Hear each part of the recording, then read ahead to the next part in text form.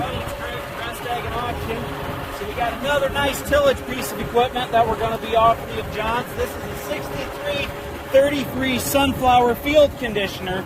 This one's got all kinds of features. Again, heavy duty built.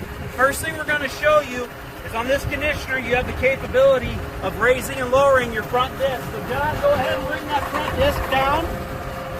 So you got your two main cylinders up front here, and it drops that front disc.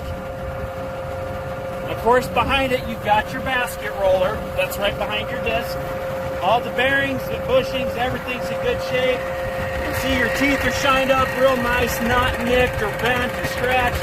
All the teeth, knives look good and straight on this unit.